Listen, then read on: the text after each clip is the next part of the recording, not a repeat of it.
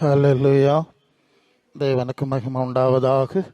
இந்த நாளிலும் நம்முடைய இரட்சகரும் ஆண்டவருமாகிய இயேசு கிறிஸ்துவின் சிலுவை பலியை நினைவு கூறக்கூடிய கர்த்தருடைய பந்தி என்ற மிக முக்கியமான ஒரு நிகழ்வை ஆசரிக்கும்படியாய் கூடி வந்திருக்கிறோம்.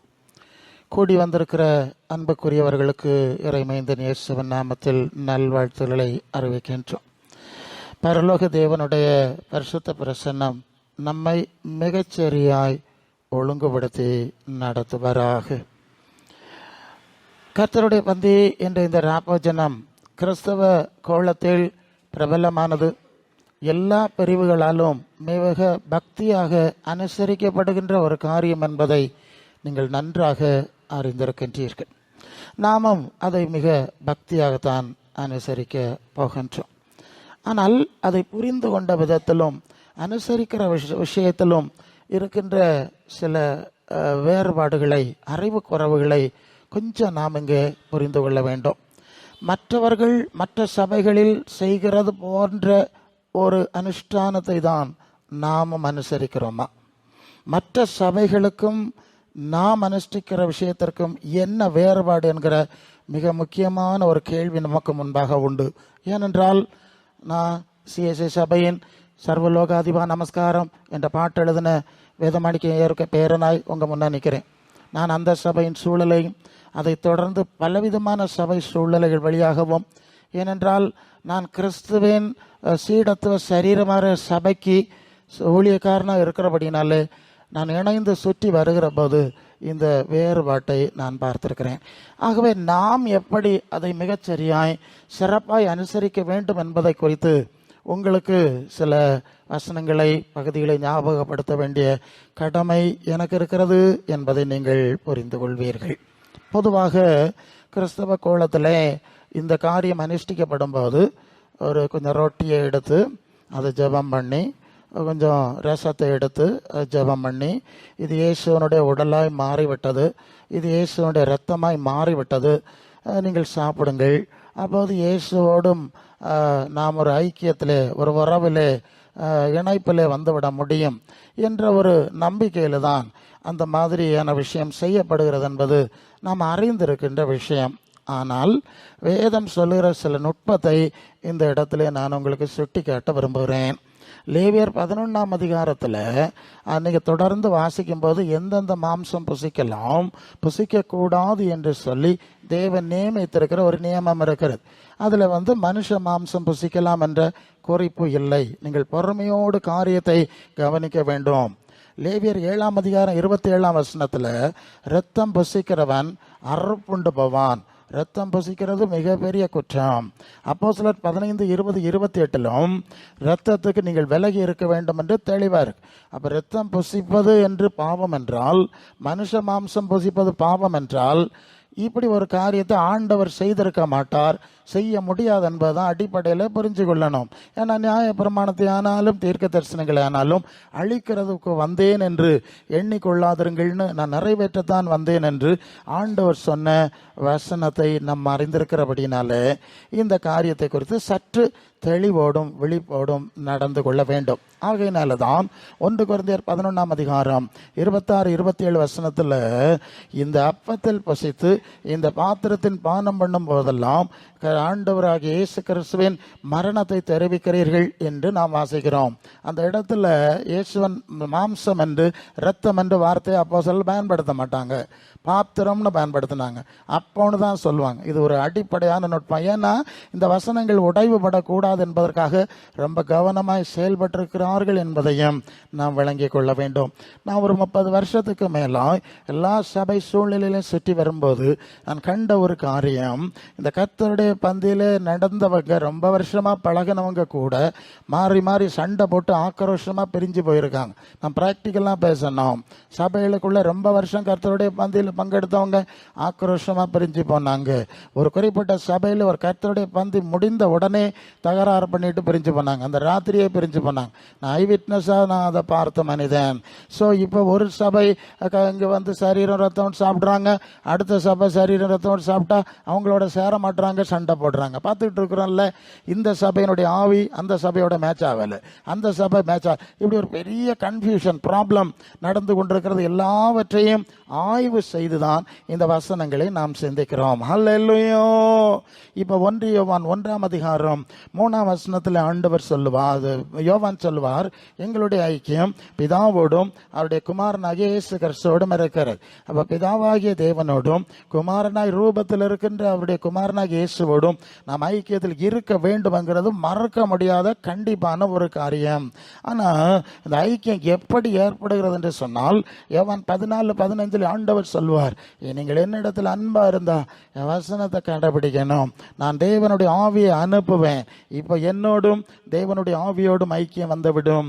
யோவான் 16:23 ஒருவன் என்னில் அன்பா இருந்தோம் என் வசனத்தை கடைபிடிப்பான், பிதா அன்பா இருப்பார், நாங்க வந்து வாசம் பண்ணுவோம். இயேசுவன் வசனத்திலும் மாதிரியிலும் நாம் நடக்கும் போதுதான் இயேசுவோடும் பிதாவாகிய பரிசுத்த ஆவியானவரோடும் நாம் ஐக்கியத்தில் வர முடியும் என்பதை நீங்க மறந்து விடக்கூடாது. யோவான் 10:27-28 என் ஆடு என் சத்தத்தை கேட்கிறது, எனக்கு பின் செல்லுகிறது, அவைகளைத்தான் நான் அறிஞ்சிருக்கேன், அவைகளைத்தான் என் கையில வச்சிருப்பேன், அவைகளை யாரும் பறிச்சிட விட மாட்டேன், அவைகளுக்கு தான் என் நித்திய ஜீவனை கொடுக்கிறேன் என்று ஆண்டவர் சொல்ற வார்த்தையை நாம் கேட்கிறோம். என்ன புரிஞ்சுங்க? இயேசுவின் வசனம் மாதிரியில நடக்கிறது தான் தேவனோடு இயேசுவோடு ஐக்கியத்தில் வரக்கூடிய ஒரு காரியம் என்பதை மறந்துடாதுங்க. யோவான் 13:15 நான் செய்தது போல செய்யும்படி உங்களுக்கு மாதிரியை காண்பிச்சேன், என் மாதிரியின்படி செஞ்சா நீங்க பாக்கியவான்கள் என்று இயேசு சொல்லுவார். இயேசுவனுடைய அடிச்சுவடு 1 பேதுரு 2:21 அவருடைய அடிச்சுவடுகளில் நடந்து வரும்படி அவர் மாதிரியை தந்துவிட்டு போயிருக்கிறார். 1 யோவான் 2:6 அவருக்குள் நிலைத்திருக்கிறேன் என்று சொல்றவன் அவர் நடந்தபடியே தானே நடக்கணும். இப்படி நடந்தாதான் ஆண்டவரோடும் பிதாவாகிய தேவனோடும் நாம் ஒரு ஐக்கியத்துக்குள் வர முடியுங்கிறத மறந்துடப்படாது. இது எந்த சபையில இருக்கோ அந்த சபை தான் கிறிஸ்துவின் சரீரமாகிய சபை. அல்லாம செய்யறது விக்கிரகாராதனை ஆயிரும் இல்லையா? அந்த விக்கிரகாராதனை ஸ்தலங்கள்ல அந்த சாமிக்கு முன்ன சில பொருட்களை வைக்கிறாங்க, கொஞ்சம் பூஜை செய்யறாங்க, அதை எடுத்து பிரசாதமா கொடுக்குறாங்க. அந்த சாமிக்கு அருள் அதுக்குள்ள வந்துருன்னு அவன் நம்புறாங்க, அது அவங்க நம்பிக்கை. இப்ப அது மாதிரி தான் இப்போ இந்த கர்த்தருடைய பந்தியும் ஒரு பிரசாதம் போல மாற்றப்படுகிற ஒரு சூழல் இருக்கிறது. அதனால இது ஆவியானவர் உணர்வுக்கு கொண்டு வர்றதுனால தான் இதை நாம திருந்துகிறோம். ஹல்லேலூயா. லூக்கா ரோமர் 8:9 சொல்லுது, கிறிஸ்துவின் ஆவி இல்லாதவன் அவருடையவன் அல்ல. இயேசு கிறிஸ்துவுக்குள்ள இருந்த ஆவி இல்லாதவங்க 9:8-14 சொல்ற மாதிரி அந்த ஆவியினால் நடத்தப்படாதவங்க ஒரு நாள் இயேசுவோடும் பிதாவோடும் ஐக்கியப்பட முடியும். பிலிப்பியர் 2:5 சொல்ற மாதிரி கிறிஸ்து இயேசுடைய சிந்தையும் குணமும் தன்மை இல்லாத ஒருத்தரும் கிறிஸ்துவோடு ஐக்கியப்பட முடியாதுங்கிறத மறந்துடப்படாது. இந்த மாதிரி சடங்காச்சாரம்லாம் நிறைய பேர் செய்யறதுல முக்கியமா இருக்கிறாங்க, இந்த காரியங்களை விட்டுறாங்க. நம்ம இந்த காரியத்துக்கு தான் முக்கியத்துவம் கொடுக்குறோம். அல்ல, அதுக்கு பிறகு தான் அடுத்த லெவலுக்கு வர்றோம். ஒன்னு நம்ம விட போறது கிடையாது. நல்லது. இப்போ லூக்கா 22:19 இயேசு சொல்லுவார், என்னை நினைவு கூறும்படி இதை செய்யுங்கள். ஏன்னா ஆதியாகமத்தில் ஆதாம் ஏவாள் பாவம் செய்து சாவுக்கு நேராய் சென்று கொண்டு இருந்தபோது தேவனாகிய கர்த்தர் அவரை 2 பேருக்காய் ஒவ்வொரு விலங்கை பலியாய் செலுத்தி அவரை பாவ நிவாரண பலி செலுத்தி அந்த தோலினாலே அவர்களுக்கு உடைகளை உண்டு பண்ணி கொடுத்தார் என்று சொல்லி நாம ஆதியாகமம் 3ஆம் அதிகாரம் 21ஆம் வசனத்தில் வாசிக்கிறோம். ஒரு பாவ நிவாரண பலியின் அடிப்படை ஆதியாகமத்தில் ஏதேன் தோட்டத்தில் ஆரம்பித்தது. அதை தொடர்ந்து தேவனுடைய மனுஷர்லாம் பாவ நிவாரண பலி செலுத்துறாங்க. ஒரு கட்டத்தில் இஸ்ரவேல் ஜனங்கள் எகிப்திலிருந்து வரியை வரும்போது சொன்னார், உங்களுக்காக ஒரு ஆடு ஒவ்வொரு குடும்பத்துக்கும் அடிச்சு ரத்தத்தை நிலைவாசல்ல பூசி அதன் மாம்சத்தை நீங்க பூசிக்கணும், இது உங்களுக்கு பாதுகாப்பாகவும் பலனாகவும் இருக்கும் என்று சொன்னார். இது கர்த்தருடைய பஸ்கா என்று அழைக்கப்பட்டது. அதை தொடர்ந்து தான் நீங்கள் லேவியராகமம் 4ஆம் அதிகாரத்தில் வரும்போது ஒருவன் அறியாம பாவம் செஞ்சா அது ஒரு காளையை கொண்டு வந்து தலையில கையை வச்சு அந்த பாவத்தை அதுக்கு சமட்டி பாவ நிவாரண பலியாய் அந்த பலியை செலுத்தணும் என்று சொல்லி பாவ நிவாரண பலி என்கிற ஒரு நியமத்தை கொடுத்தார். இதுல சர்வ அங்க தகன பலியா செலுத்தினா அதை முழுசா எரிச்சிடணும், குற்ற நிவாரண பலியா செலுத்தினா ஒரு பகுதியை எரிக்கணும், மறுபகுதியை பள்ளி விருந்துங்கிற ரீதியிலே அவர்கள் புசிக்க வேண்டும் என்கிற ஆண் மக்கள் ஆசாரியருடைய பிள்ளைகள் அதை புசிக்க வேண்டும் என்கிற நியமத்தை நம்ம பழைய ஏற்பாட்டிலே பார்க்கிறோம். அதே அடிப்படையில் தான் தேவன் தம்முடைய குமாரனாகிய இயேசு கிறிஸ்துவை மனக்குலத்தின் பாவ பாவ நிவாரண பலியாய் தேவதூதரோட கீழான நிலைமைக்கு கொண்டு வந்து அவரை சிலுவையிலே பலியாக்குறார். அதைத்தான் ஆண்டவர் சொல்றார், நான் உங்களுக்காக பலியாக போறேன். இனி பழைய ஆடு மாடு நீங்க பலி செலுத்தப்படாது, அந்த மாதிரி ஒரு மாம்சம் சாப்பிடாது. அதுக்கு பதிலாக என்னுடைய சரீரம் உங்களுக்காய் கிழிக்கப்பட போகிறது. என் நினைவாய் நீங்கள் இந்த அப்பத்தை புசிக்கணும். என் ரத்தம் உங்களுக்காய் சிந்தப்பட போகிறது. என்னை நினைவு கூறும்படி இந்த ரச பாத்திரத்திலே பானம் பண்ண வேண்டும் என்று சொல்லிதான் இந்த கர்த்தருடைய பந்தியை அவர் ஏற்படுத்தினார் என்பதை இந்த இடத்திலே நாம் புரிந்து கொள்ள வேண்டும். அதனால்தான் 1 கொரிந்தியர் 5:7 சொல்லுகிறது, நம்முடைய பஸ்காவாகிய கிறிஸ்து பலியிடப்பட்டிருக்கிறார். இவரே நமக்காய் பலியிடப்பட்டிருக்கிறார். இயேசு கிறிஸ்துவின் சரீரம் நமக்காய் பலியிடப்பட்டபடினாலே, ஒரே தரம் பலியிடப்பட்டபடினாலே, அந்த சித்தத்தினாலே நான் பாவ நிவாரணத்தை பெற்றுக் கொள்கிறோம் என்கிற காரியத்தை நாம் எபிரேயர் நிருபத்திலே நாம் வாசிக்கிறோம். ஹல்லேலூயா. ஒரு முக்கியமான ஒரு எல்லைக்குள்ள வர்றோம், ரொம்ப கவனமா இருங்க. சரி, இந்த பலி எப்படி தேவனால் அங்கீகரிக்கப்படுதுன்னு சொன்னா, நீங்க லேவியராகமம் 9வது அதிகாரம் 24ஆம் வசனத்துல முதலாவது இந்த பலியை எப்படி செலுத்தணும்னு சொல்றார். ஆசாரியர்கள் ஆரோன் குமாரில் அவங்க வந்து அந்த பலியை முதலாவது செலுத்தும் போது பள்ளி மேடையில் அந்த பலியை வச்சுட்டாங்க. அந்த காளையை வெட்டி கொண்டு ரத்தத்தை வடிச்சு எடுத்து தோலை உரிச்சிட்டு கழிவு பொருள் எல்லாம் மாத்திட்டு பள்ளி மேடையில் வச்சுட்டாங்க. வச்ச உடனே என்ன நடந்தது தெரியுமா? நல்ல கவனிக்கணும். பரலோகத்திலிருந்து கர்த்தருடைய சமூகத்திலிருந்து அக்கினி இறங்கி அந்த பலியை கொளுத்தி விட்டது. அல்லேலூயா. மொத்தமா எரியுதுங்க. 10 எரியும்படியும் ஒரு காரியம் அங்கே நடக்குது. 1 ராஜாக்கள் 18:38 வரும்போது எலியா பலியை செலுத்தி விட்டான். கர்த்தருடைய சமூகத்திலிருந்து வானத்திலிருந்து அக்கினி இறங்கி பட்சிக்கிறது என்கிற ஒரு காரியத்தை நாம பார்க்கிறோம். பரலோக தேவனுடைய ஆவியினால் அங்கீகரிக்கப்படாத பலி, அங்கீகரிக்கப்படாத பலி, அங்கீகரிக்கப்படாத கர்த்தருடைய பந்தி பயனற்றது நீங்க அறிஞ்சிருக்கணும். அல்லேலூயா. ஒரு பேஸ்மெண்ட் தான் நான் இங்க சொன்னேன். இப்படி நீங்க லேவியர் 6:13 வந்தா அவர் சொல்லுகிறார், பலிபீடத்தில் அக்கினி எரிஞ்சு கொண்டிருக்கணும், அது ஒரு நேரம் அணையப்படாது. ஏன் தெரியுமா? பரலோகத்திலிருந்து வந்த அக்கினியை நீங்க அணைச்சு போடாம பாதுகாத்து வச்சிருக்கணும். இந்த ஆசரிப்பு கூடாரத்துக்குள்ள எங்கெல்லாம் அக்கினி பயன்படுத்தப்படணுமோ இந்த பள்ளி பீடத்துல எப்போதும் வச்சிருக்கல, பரலோகத்திலிருந்து வந்துல அந்த அக்கினினாலதான் அதை தகனிக்கணும். வெளியே உள்ள அக்கினி கொண்டு வந்துடாது, அந்நிய அக்கினி வேற ஒன்னும் கொண்டு வந்துடாது, பரலோகத்திலிருந்து வராத அக்கினி ஆசரிப்பு கூடாரத்துக்குள்ள இருக்கக்கூடாது என்று சொல்லி கண்டிப்பாய் ஒரு காரியத்தை நீங்க லேவியர் 10:1-2 நீங்க வந்தீங்கன்னா சிலர் வந்து நாங்க அந்நிய அக்கினி கொண்டு வருவோம், நாங்க செய்வோம் சொல்லி வெளியே அக்கினியை கொண்டு வந்து பரிசுத்த ஸ்தலத்திலிருந்து அக்கினியினாலே அழிக்கப்பட்டார்கள் என்கிற செய்தியை நாம் பார்க்கிறோம். அதனாலதான் 1 கொரிந்தியர் 2:12 நாங்களும் உலகத்தின் ஆவியை பெறாமல் தேவனால் எங்களுக்கு அருளப்பட்டதை அறியும்படி தேவனிடத்திலிருந்து புறப்பட்டு வந்த ஆவியை பெற்றோம். தேவனிடத்திலிருந்து வந்த ஜென்யூன் பரிசுத்த ஆவி தான் இங்க ஆளுகை செய்யணும். உலகத்தின் ஆவி, உலகத்துக்கு நேராக இழுக்கிற ஆவி எல்லாம் பல ரீதியில நான் இங்க பேசுறது உண்டு. அந்த ஆவினாலே நிறைந்திருக்க கூடாது. ஹல்லேலூயா. இப்ப எபிரேயர் 9:14 சொல்லுது, நித்திய ஆவியினாலே தன்னைத்தானே பழுதற்ற பலியாக இயேசு தன்னை அர்ப்பணித்தார். பாருங்க, பழைய ஏற்பாட்டு பலி பரலோகத்திலிருந்து அக்கினியினாலே தகனிக்கப்பட்டது. இயேசுவின் சிலுவை பலி பரலோகத்திலிருந்து வந்த அக்கினியினாலே அங்கீகரிக்கப்பட்டது. அதே விதமாக முக்கியமான ஒரு வசனம் இருக்கு. 1 கொரிந்தியர் 10:16-17. 1 கொரிந்தியர் 10:16-17 நாம் ஆசீர்வதிக்கிற ஆசீர்வாதத்தின் பாத்திரம் கிறிஸ்துவின் இரத்தத்தின் ஐக்கியமா இருக்கிறது அல்லவா?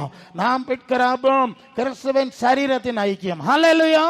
முதல்ல சொன்னேன், இது அப்போ சரி மாம்சமா மாறாது, பாத்திரம் ரசம் வந்து ரத்தமா மாறாது. ஆனா ஒரு நுட்பமான காரியம் நடக்கும். நாம் தேவ சமூகத்தில் நாம் தேவ சித்தப்படி சபையை நடத்தி இந்த காரியம் செய்யும் போது அந்த பரலோக ஆவியப்படி பழைய ஏற்பாட்டு பலியை எரிச்சதோ, இயேசுவின் பலியை அங்கீகரிச்சதோ, அதே ஆவி மீண்டும் வந்து இந்த அப்பத்தை இயேசுவின் சரீரத்தோடும் இயேசுவின் ரத்தத்தோடும் ஒரு இணைப்பிலை கொண்டு வருது. ஹல்லேலூயா.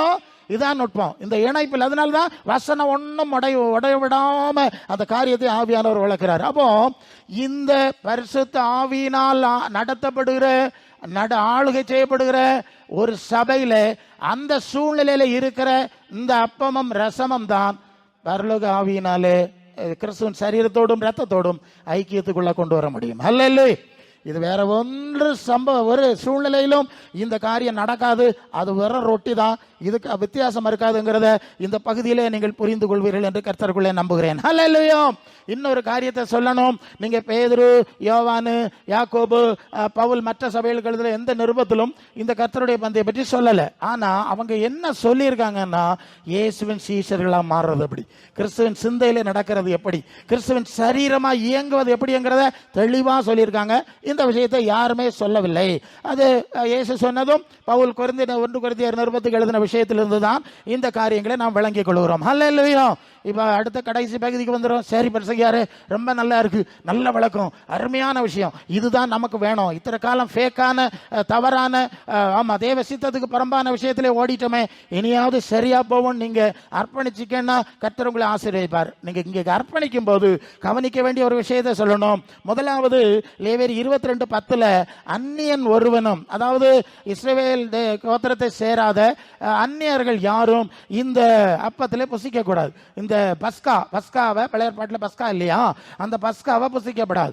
அந்நியர்கள், அது லேவி 20:26 நான் பரிசுத்தராய் இருக்கிறது போல நீங்களும் பரிசுத்தராய் இருக்கும்படி நான் உங்களை மற்ற ஜனங்களை விட்டு பிரித்து எடுத்தேன், என்னுடையவர்களாய் இருக்கும்படி பிரித்து எடுத்தேன். இந்த மாதிரியான ஒரு லெவலுக்குள் வராத யாரும் இந்த பந்தியில பங்கெடுக்க முடியாது என்பது நீங்க கவனத்திலே கொள்ள வேண்டும். யாத்திராகமம் 29:33 சொல்லுது, பாவ நிவர்த்தி செய்யும்படியாய் படைக்கப்படுகிற பலி பரிசுத்தமாக்கப்பட்டது. அது பரிசுத்தமாக்கப்பட்டது, மற்றது வேற, இது வேற.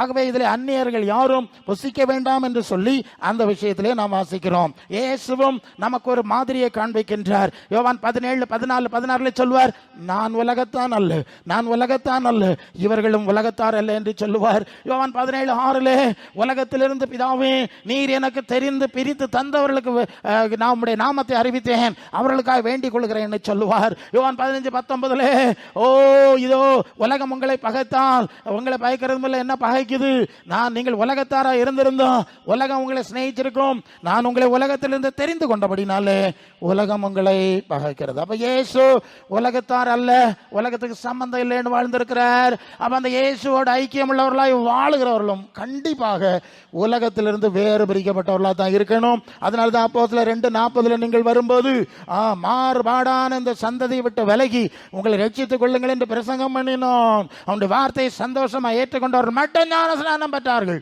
நாங்கள் கண்டிப்பாக பேசி ஆகணும். பழைய ஏற்பாட்டும் சரிதான், இயேசுவின் மாதிரியும் சரிதான், புதிய ஏற்பாட்டு சபையும் சரிதான். உலகத்திலிருந்து நீங்க வேறுபட விரும்பலன்னா நீங்க விரும்பின பிறகு நீங்க இந்த பந்தியில உட்கார்ந்தா போதும். புரியுதுலையா நான் சொல்றது? இல்ல நீங்க நினைக்கிற மாதிரி இயேசு ஆராதிக்கிறவர்கள் எடுக்கிற விஷயம் கிடையாது, இயேசுவை விசுவாசிக்கிறவங்க எடுக்கிற விஷயம் கிடையாது. இது இயேசுவின் சீடர்களோடு, கர்த்தருடைய பந்தி இயேசுவின் சீடர்களோடு தான் அவர் ஆசரித்தார் என்று சொல்லிதான் இதை உங்களோடு நான் புசிக்கும்படி மிக ஆசையா இருந்தேன் ஆண்டவர் சொல்வார். நீங்கள் சீசத்துவ எல்லைக்குள், உலகத்திலிருந்து வேறுபடிக்கப்பட்ட எல்லைக்குள் வர விரும்பலைன்னா தயவு செய்து இதை விட்டு தள்ளி இருப்பது உங்களுக்கு நல்லது. ஏன்னா பரிசுத்த ஆவியானவருடைய பிரசன்ஸ்னால இது இயேசுவின் சரீரத்தோடு ரத்தத்தோடு ஐக்கியமானா கர்த்தருடைய சரீரம் இன்னதென்று அறியாததுனாலே ஆக்கினை தீர்ப்பு வர போஜனபானம் பண்ணுகிறான். இது நிமித்தம் அநேகர் வியாதியாய் பலவீனரா இருக்கிறாங்க, நித்திரை அடைஞ்சிருக்காங்கன்னு சொல்லுதுங்க வசனம். ஆதி திருச்சபையில கொரிந்து சபையில நல்ல ஆரோக்கியமா கர்த்தருடைய பகுதியில் செத்து போனா சோக்கெட்டுக்காரனா திரும்பி போனா எப்படிங்க இருக்கும்? கர்த்தர் பாவ நிவாரணம் ஏற்படுத்துறது இந்த விஷயம்தான். பாவத்து நிமித்தம் அது சரியான அதுக்கு சிக்ஷையை உண்டாக்குற எதுமோ இதுதான் கீழே எழுதியிருக்க, கர்த்தராலே சிக்ஷிக்கப்படுறோம். தயவு செய்து இந்த சிக்ஷைகள் நீ சிக்காதபடி நான் சீசனா இருக்கிறேன்னா, நான் சீசியா இருக்கிறேன்னா, அர்ப்பணிச்சிருக்கிறேன்னு கொஞ்சம் நல்லா யோசித்து அதுல தெளிவில்லைன்னா அர்ப்பணித்து இந்த பகுதியில் இந்த காரியத்தில் நீங்கள் பங்கெடுக்க வேண்டும். இது மிக மிக முக்கியமான காரியம். ரோமர் 12:2 சொல்லுது, நீங்கள் இந்த பிரபஞ்சத்துக்கு ஏற்ற வேஷம் தெரியாமல் பரலோக தேவனுக்கு பிரியமும் நன்மையும் பரிபூர்ணமான சித்தம் இன்னதென்று பகுத்தறியத்தக்கதாய் உங்கள் மனம் புதிதாகி மறுரூபமாகணும். உங்களுக்கு அந்த மனசு வந்திருக்கா? இந்த உலகத்துக்குரிய காரியத்தை சிந்திக்காம பரலோக தேவனுக்கு பிரியமானது எது என்று பகுத்து பார்க்கிற சிந்தை இல்லாத யாரும் இதுல உட்காராது. நான் ஊழியக்காரன், என் கடமையை நான் செய்யணும், யாரும் உட்காராது. இது விளையாடு கிடையாது, இது கத்தோலிக்க சபை சிஎஸ்ஐ சபை மாதிரி உள்ள விவகாரம் கிடையாது. சரியா? பிரச்சனை வந்தனா நீங்க தான் பொறுப்பு, நாங்க பொறுப்பெடுக்க முடியாது. ஆத்மாக்களுக்கு உத்தரவாதம் பண்ண விழிச்சிருக்கிற பொறுப்பு இருக்கிறபடினால்தான் இதை கொஞ்சம் பயத்தோடும் பக்தியோடும் ஜாக்கிரதையோடும் செய்யறோம். எவ்வளவு விளக்கம் தர முடியுமோ அதை தந்துதான் செய்யறோம். நீ உங்க தீர்மானம் இதுல தெளிவா இருக்கணும். இதுல அட்டென்ட் பண்றதுக்கு முன்ன சரியான பாவ அறிக்கையோடு அர்ப்பணத்தோடு மட்டும்தான் நீங்க செய்யணும். சும்மா அறிக்கை பண்றதும் போறதும் அப்படியெல்லாம் போயிடாதுங்க, மாட்டிக்கிடுவீங்க. ஒவ்வொரு கர்த்தருடைய பந்தியில ஆசரிச்சு இனி அடுத்த பந்திக்கு போறதுக்குள்ள உங்களுக்குள்ள ஆவிக்குரிய பிரகாரமா ஒரு வளர்ச்சி உண்டாகும். அடுத்தது இப்படி கிறிஸ்து இயேசுக்குள்ளே நாம வளருகிறவர்களாய் காணப்பட வேண்டும். அதுதான் இதனுடைய அடிப்படை என்கிற அறிஞ்சிருங்க.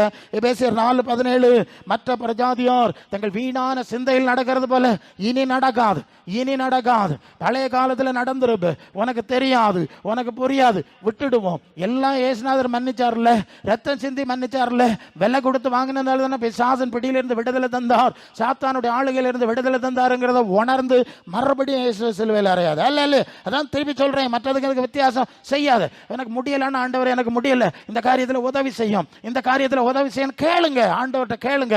ஊழியக்காரெல்லாம் சேர்ந்து உங்களுக்காக ஜெபம் பண்ணுமா. இப்படிதான் அடுத்த லெவலுக்கு போனோம். அல்ல, ஒரு நாளும் பழைய புளித்த மாவோடு பண்டிகை ஆசரிக்கப்படாதுன்னு சொல்லியிருக்கு. அல்ல, ஒவ்வொரு தடவையும் என்னதை பழச விட்டீங்க, பழைய ஞான ஸ்நானமே பழைய மனுஷனை அடக்கம் பண்றேன்னு சொல்லியிருக்குங்க. ரோமர் 6ஆம் அதிகாரத்தில் என்ன அடக்கம் பண்ணினியான்னு கேட்டேன், என்ன விட்டுருக்கிறியான்னு கேட்டேன். அவர் நியாயம் தெரிஞ்சா நாங்க குறுக்க நிற்க முடியாது, அது நீங்க பார்த்துக்கணும். அது நீங்க என்னெல்லாம் அடக்கம் பண்ணீங்க, என்ன விட்டுறீங்க, என்ன அடக்கம் பண்ணிக்கொண்டே இருக்கிறீர்கள் இல்லையா. அன்னிதினமும் சாகிறது, அன்னிதினமும் பலி ஆகிறது இல்லையா, ஜீவ பலின்னு சொல்லியிருக்கங்க. ஆமா, ரோமர் 12:1 அப்படிதான் சொல்லுது. நீ சத்தம் போடுவது, ஆடுவதும் பாடுவதும் ஆராதனை சொல்லல, நீங்கள் உங்கள் சரீரங்களை தேவனுக்கு பிரியமான ஜீவ பலியாக ஒப்பு கொடுக்க வேண்டும் என்று தேவனுடைய இரக்கங்களை முன்னிட்டு உங்களை வேண்டிக் கொள்கிறேன். உன் சரீரத்தை, உன் வாழ்க்கையை அன்னதினம் வாழுகிற உயிருள்ள பலியாக, மறுரூபமாகிற பலியாக ஒப்பு கொடுக்க விருப்பம் இல்லைன்னா இதில் அட்டன் பண்ணாது. சரிதானே, போதும் இல்லையா. அப்படிதான் ஆராதனை, அதான் புத்தி உள்ள ஆராதனை. மற்றதெல்லாம் புத்தி இல்லாத ஆராதனை சொல்லியிருக்கு. கொஞ்சம் விழிப்போடும் பயத்தோடும் இதில் கலந்து கொள்ள வேண்டியது அவசியம். இப்படி நடந்தாதான் சபையில ஆவியானவர் செயல்பட முடியும், தக்க வைக்க முடியும். இல்லைன்னா மீட்கப்பட நாளுக்கு என்று முத்திரையை பெற்ற பரிசுத்தாய் துக்கப்படுவார்ல, நீ துக்கப்பட்டுனா அவர் போயிடுவார்ல, அப்புறம் பேய் வருவான், வில்லங்கமான விவகாரத்தில் சிக்க வேண்டிய இருக்கும். நீங்க ஜாக்கிரதை. பிலிப்பியர் 2:15 சொல்லுகிறது, கோணலும் மாறுபாடும் உள்ள சந்ததியின் நடுவிலே குற்றமற்றவர்களும் மாசற்றவர்களும் தேவனுடைய பிள்ளைகளா இருக்கும்படி எல்லாவற்றையும் முறுமுறுப்புக்கு இல்லாம. இந்த பிரசங்க யாரையா இப்படி பேசுறாரு, இப்படிதான் செய்யணுமோ, அப்படி இல்லையோ, அவையா அப்படி இல்லையோ, அந்த சபையார் இப்படி இல்லையோ, பின்ன போக வேண்டியதானே, போயிட்டே இரு. அல்ல இல்லையா, பேசாதன்னு சொல்லுது. நீ இருக்கிறது கோணலும் மாறுபாடும் உள்ள சந்ததி நடுவில், சாத்தானுடைய ஆளுகை நிறைஞ்ச உலகத்தில், பாவம் நிறைஞ்சிருக்கிற உலகத்தில். எபிரேயர் 12:1 சொல்லுது, பாரமான யாவற்றையும் நெருங்கி நிற்கிற பாவத்தையும் தள்ளிட்டு ஓடுன்னு சொல்லி இருக்கு. தெரியுமா, நீ தள்ளிக்கிட்டே ஓடி இருக்கணும், 4 பக்கம் நெருக்கினா அதோட போராடி இருக்கணும் இல்லையா. எபேசியர் 6:12 சொல்லுது, மாம்சத்தோடு ரத்தத்தோடும் அல்ல, அதிகாரங்கள், துரைத்தனங்கள், வான மண்டலின் பொல்லாத ஆவியின் சேனையோட போராட்டம் உண்டு. தெரியுமா, உலகத்தோடு கொஞ்சம் குலாவறதுக்கு ஆண்டவர் வந்து கேட்டாரா. இயேசு உலகத்தில் வாழும்போது சொல்லுகிறார், 7 யோவான்ல சொல்லுவார், உலகத்தின் கிரியைகள் பொல்லாதவைகளா இருக்கிறது என்று நான் சாட்சி கொடுக்கிறதுனால அது என்ன பகைக்கிறது. நான் உலகத்தான் அல்ல, இயேசுவின் சரீரத்தை ஐக்கியத்தோட ரத்தத்தோட ஐக்கியமாக வர்ற நீ எப்படி உலகத்தோட ஐக்கியமா இருப்பா சொல்லு. உன் மனசாட்சியில பேசு. உன் மனசாட்சி உனக்கு எதிராக சாட்சி கொடுக்கப்படாது, ஒரு நாள் நடக்காது. இதுவரை தெரியாம இருந்தா விட்டு வில்லங்கமாய் போயிடும். நான் பயப்படுவேன். நான் வார்த்தை சொல்லியிருக்கேன், வார்த்தை பேசுனா தேவனுடைய நியாய தீர்ப்பை நான் பார்த்திருக்கேன். அதனால அமைதியா இருப்பேன், சத்தமே போட மாட்டேன். அவ்வளவுதான், வேலை செஞ்சேன், ஓடி போயிடுவேன், மரியாதையா இருந்துடணும். அப்ப கோணலும் மாறுபாடும் உள்ள சந்ததி மாதிரி நீ நடக்க முடியாது. பார்த்துக்க, தேவனுக்கு பிரியமானது இது அவருக்கு பிரியமா. நீங்க பிலிப்பியர் 4ஆம் அதிகாரம் 8ஆம் வசனமா, உண்மை உள்ளவைகள் எவைகளோ, ஒழுக்கம் உள்ளவைகள் எவைகளோ, கற்புள்ளவைகள் எவைகளோ, அன்புள்ளவைகள் எவைகளோ, நற்கீர்த்தி எவைகளோ, புண்ணியம் எவைகளோ, புகழ் எதுவோ, இவைகளை தானே நீ சிந்திச்சுட்டு இருக்கணும். உன் சிந்தையில என்னத்த ஓடுது? உலகத்தில் உள்ள கள்ளத்தனமும் அக்கிரமும் அசுத்தமா ஓடிட்டு இருக்கோம் மனசுல. இதை ஓடிட்டு இருந்து இயேசுநாதருடைய சரீரத்தையும் ஒட்டணுமோ, அதையும் சாப்பிடணுமா? என்ன சொல்றீங்க நீங்க? என்ன சொல்றீங்க? கர்த்தருடைய சரீரம் இன்னதென்று நீங்க விளையாடிட்டு இருந்தா சிக்கல் வந்து போவோம், மரியாதையா மறந்துடும். எல்லாரும் நாமங்கள்லாம் வானத்துல இருந்து ஒண்ணு வரலங்க, நாங்களும் இந்த பாவலயத்தில் இருக்கிறோம், இப்படிதான் பிறந்து வளர்ந்து வந்திருக்கோம். ஆனா ஆண்டவர் படிப்பிக்கிறார், மக்களே, மோனே இப்படி போ, அப்படி போவாது. நான் சாந்தமா மனத்தாழ்மையா இருக்கிறேன், சும்மா கம்பு சுத்திட்டோம்னா இருக்க மாட்டேன். மறந்துடப்படாது, எப்ப பார்த்தாலும் அடிச்சுக்கிட்டு இருந்தாதான் திருந்து பிள்ளை மாதிரி இருக்கப்படாது. அன்பா இருக்கேன், சாந்தமா இருக்கேன், என் நுகத்தை ஏற்று பொறுமையா கற்றுக்கொள்ளணும்னு சொன்னா அநேகருக்கு அது புரியல. ஆமா, பிறகு ஒரு தாயார் ஒரு பயலை போட்டு அடிச்சு, அவன் அந்த பையன் தள்ளை விட உயரமா வளர்ந்துருக்கான், ஏன் இப்படி போட்டு அடிச்சது? அது அப்படி அடிச்சு வளர்த்தாதான் அந்த பையன் நல்லா இருப்பான். ஓ அப்படியா, மக்களை அடிச்சு வளர்த்தாதான் நீ சரியா இருப்பானா? உடனே ஆண்டவரை அடிச்சு நுரைக்கு தான் வளர்க்கணும். என்னத்த சொல்லுதிய? அடிபட போறீங்களோ? அடிபடணுமா அவங்களுக்கு கேட்டேன். இல்ல அடிபட ஆண்டாம். சில பிள்ளைகள் அப்படிதான், கம்பு எடுத்து அம்மா அம்மா அம்மா இனி செய்ய மாட்டேன், ஐயா ஐயா ஐயா, அவன் அடிச்சு தீர்த்து போடுவான்னு தெரியும். அவ்வளவு கோவம் தான் பேய் ஏறிடும், அவளுக்குள்ள கோவம் வரும், அது கூட பேய் ஏறிட்டு அடிச்சு பிச்சு போடுவா. எல்லாத்தையும் மாப்பிள்ளைக்கு மேலே இருக்குது பிள்ளைகிட்ட காட்டுவா, வேற இடத்துல எல்லாம் பிள்ளைக்கு மேலே காட்டுவா. அதனால பிள்ளைக்கு நல்லா தெரியும், அதை எல்லாரும் அம்மா செய்ய மாட்டோம், அம்மா மாப்பம்மா மன்னிப்பம்மா அல்ல, புரியுதானே சொல்லுது. அதனால உலகத்தில் நடக்க சொல்லு. அப்போ ஆண்டவருக்கு முன்னே நடக்கணும். நீர் அவர் இறக்கமில்ல தேவனு, கண்ணு இல்லாத குருடன், காது இல்லாத செவிடான்னு நினைச்சப்படாத பார்த்துக்க. வாரேன், இதோ சீக்கிரமா வாரேன், அவனுக்கு நோட்டையும் எடுத்துட்டு வாரண்டா. நான் 22:12 வெளிப்படுத்தல சொல்லாரு. அவர் வந்தாருன்னா நீ நின்னுக்கிட முடியாது பார்த்துக்க. உனக்கு கணக்கு புக்கு கள்ள கணக்கு அங்கே செல்லாது பார்த்துக்க. அவர்கிட்ட வேற ஒரு புக்கு, ஜெனியூன் புக்கு இருக்கு, ஜெனியூன் புக்கு. அதனால கொஞ்சம் பயத்தோட நடுக்கத்தோட இந்த காரியத்துல நீங்க பங்கெடுக்க வேண்டியது அவசியமான காரியம். அல்லேலூயா. இனி இது ஒரு பக்கம். மறுபக்கம் ஒன்று சொல்லுறேன், மிஞ்சின ஆவிக்குரிய பெருமைன்னு சொல்லுவோம். பெருமை நான் யாரு தெரியுமா? ஆமா, அந்த 2 பேர் ஜோமனம் பண்ணாங்க. ஒருத்தன் வந்து பரிசெய்யன், ஒருத்தன் ஆயக்காரன். ஆயக்காரன் பரிசெய்யன் சொல்றான், நான் பெரிய யோக்கிய நாக்கம், நான் அவனை மாதிரி இல்லை, இவனை மாதிரி இல்லை, நான் அப்படி இருக்கிறேன் இப்படி இருக்கான்னு பீத்திட்டு போனான். ஆண்டவர் பதில் சொல்லல. பின்னால வருது, நான் பாவியாகி என் மேல் கிருபையாரு, நான் யோக்கியம் தான், ஆண்டவரே தகுதி இல்லை, நான் பேக்கானியில குடியிருக்கேன், எனக்கு குடும்ப சூழ்நிலை இப்படி, வீட்டு சூழ்நிலை இப்படி. பிரசங்கார் பிரசங்கம் பண்ணதெல்லாம் சரிதான், என்ன செய்யாது, எனக்கு லட்சணம் இப்படி இருக்கு, என் கர்மம் இப்படி இருக்கு, என்ன ஏற்றுக்கிட மன்னியாப்பா, நான் கொஞ்சம் கொஞ்சமா வருவேன். எப்படி எப்படி கொஞ்சம் கொஞ்சமா வருவேன். எனக்கு பலன் தாரம், எனக்கு பலன் பாவம் பெருகிற இடத்துல கிருபை பெருகிறேன்னு சொல்லி இருக்கு இல்லையாப்பா. ஆமா, பாவம் நெருக்குது, இவன் செத்துப்போம், அந்த பயலை போய் அடிச்ச கூடாது, கொஞ்சம் விட்டு பிடிப்போம், கொஞ்சம் இப்படியாக விட்டு பிடிக்க. சரியா?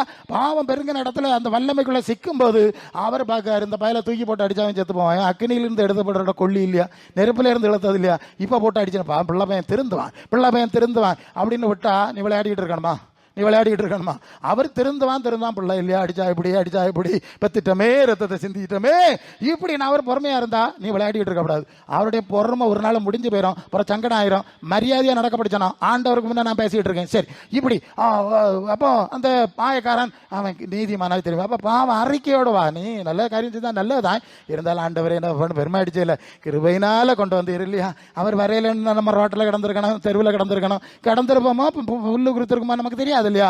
அதனால கொஞ்சம் பயத்தோட தாழ்மையை எல்லாம் இருக்கும். வளர்ந்தவர்கள் இன்னும் வளரட்டும், வளராதவர்கள் வளர இன்னும் கொஞ்சம் ஆண்டவருக்கு ஒப்பு கொடுக்கட்டும். சரிதானே? ஒரு நான் முடிக்கேன். ஒரு தப்பையன் ஒரு வீட்டில் வந்து ஒரு பையன் ஏதோ தப்பு பண்ணிட்டான். அந்த பிள்ளைகள் தப்பு பண்ணல, நமக்கு தெரியும். இந்த தப்பையன் பயலை போட்டு அடிக்கிறான். அடிக்கும் போது மனைவி தடுக்க போனா மனைவிக்கு அடி விழுந்தா ஓடிட்டான். சரியா? பயலை போட்டு அடிச்சுனா இருக்கிறான். இப்ப அந்த பயலுக்கு பாட்டி வந்தா, யாரு பயலுக்கு அந்த பையனுக்கு, அந்த பேரப்பையனுக்கு பாட்டி வந்தா, வந்து ஓடி வந்து பாஞ்சு மோனுக்கு கையில இருந்த அந்த கம்பை வாங்கி பறிச்சா. ஏய், என்ன நடிச்சிருக்கிற நீ, பிள்ளை ஆம்பளை எப்படி போட்டு அடிச்சு? உடனே அந்த பையன் அவன் சொன்னானா, என்ன நினைச்சிருக்கிற நீ, அந்த பையன் என்ன செஞ்சுட்டு வந்திருக்கான் தெரியுமா, அந்த பையன் என்ன செஞ்சுட்டு வந்திருக்கான் தெரியுமா அப்படின்னு. இந்த அம்மா சொல்லலாம், லே அந்த பயலுக்கு வயசுல நீ என்னெல்லாம் செஞ்சுட்டு வந்த தெரியுமா உனக்கு? இந்த பயலுக்கு வயசுல நீ எல்லாம் செஞ்சுட்டு வந்தா தெரிய, நான் பொறுமையா இருந்தனால உயிரோட இருக்கல, கொன்னு புதைச்சிருப்பான், என்ன பெரம்பையும் போட்டுட்டு ஓடிய போறேன். ஹல்லேலூயா. புரியுதா? எல்லாம் மனசுல வச்சுக்கணும். நம்ம எப்படி இருந்தோம், நம்ம எப்படி, அந்த சிந்தையை இருக்கட்டு பாருங்க. ரெண்டையும் பேலன்ஸா போனோம் இல்லையா. ஒரே ஐடியா ஒரு பக்கத்துல வைத்தி விட்டுற முடியாது இல்லையா. அப்போ பாவாரிக்க வேணும், பயபக்தி வேணும். வளர்ந்தவர்கள், வளர்ந்த ஆளு, நம்ம பெரிய ஆளு, நம்ம பேர பிள்ளைகளை போட்டு சவுட்டு மிதிப்போமா இல்லையா? அதை இடுப்புல இல்லையா எடுத்திருக்கணும், நீ அதை தோல்ல இல்லையா எடுத்திருக்கணும். பயம் வளர்ந்தாச்சுன்னா இறங்கல, நீ தட்டி மாட நட அப்படின்னு சொல்லி வளர்ந்தவங்க நடங்க, வளராதவர்களை இடுப்புல சமையுங்க. இப்படியாக கிறிஸ்தவன் பிரமாணத்தை சபையை நிறைவேற்றுது இல்லையா. உங்கள்ட்ட நியாயவாதி சொன்ன வக்கீலா நீங்க எல்லாம் வக்கீல் மாதிரின்னு கேட்டேன். ஆண்டவர் வக்கீலா வந்தாருன்னா ஒரு வேலை உட்கார மாட்டீங்க. அதனால ஒருத்தருக்கு ஒருத்தர் புத்தி சொல்லுங்கள், ஒருத்தருக்கு ஒருத்தர் ஜெபம் பண்ணுங்கள், ஒருத்தர் மன்னியுங்கள், ஒருத்தர் தாங்குங்கள். இப்படியே கிறிஸ்துவின் பிரமாணத்தை நிறைவேற்ற விருப்பம் உண்டுனா மட்டும் அந்த கர்த்தருடைய பந்தியில் இரு, இல்லைன்னா இறங்கி ஓடி போயிரு. பஸ் சீக்கிரம் வர உனக்கு ஓடி இல்ல வரலாம், கொஞ்சம் அதனால ஓடிருன்னு சொல்லல. பாத்துக்க, நீ ஓடுனால ரொம்ப தூரம் எங்க ஓட போறா, 6-2 இதுவரை தானே ஓடுவா நீ, அது எங்களுக்கு தெரியும். அந்த வித்தையும் வச்சிடாத. பாத்துக்க, உன்னை சொல்லுதுன்னா பயத்தோடும் பக்தியோடும் ஒரு மனம் திரும்புதலோடும் இதுல பங்கெடுக்க எங்களுக்காகும் இந்த வார்த்தையை சொல்லுது. அப்ப சிலர் உண்டு அப்படி பயங்கர மானியலாகும், ஒரு சபையில மோட்டு தோணும். கர்த்தருடைய பந்தி அது பாட்டுக்கு குறையில ஆட்டத்துக்கு குறை. கர்த்தருடைய பழைய சபையில கர்த்தருடைய பந்தின்னு வந்தோன்னா பையன் அசு காட்டு அந்த ஜபத்தில் இறங்கி ஓடிடுது. இவைய நினைச்சிட்டு என்னன்னா, இப்படி இறங்கி ஓடிட்டா இயேசுநாதர் இவர்களுக்கு பரலோகத்தில் ஒன்னா இடம் கொடுப்பாருன்னு கொள்ளலாம் இல்லையா. ஓடுகாடா ஓடுகா இதை வச்சிருக்கு. நீ மனம் திரும்ப வேண்டி சொல்லுகிறோம். ஒரு ஓடி நான் சொன்ன மாதிரி வேற இடத்துக்கு தான் ஓடி முடிய வேண்டியிருக்கும். அதனால ஓடி தப்பிடலான்னு ஒன்றும் பார்க்காண்டான், உன்னை விரட்டுக்கு சொல்லல. நீ மனம் திரும்புதலோடும் பயத்தோடும் அர்ப்பணத்தோட எடுத்தா உனக்கு பயன் உண்டு. இல்ல ஓடி போனாலும் உனக்கு நன்மை இல்லை. இப்ப புரியுதா?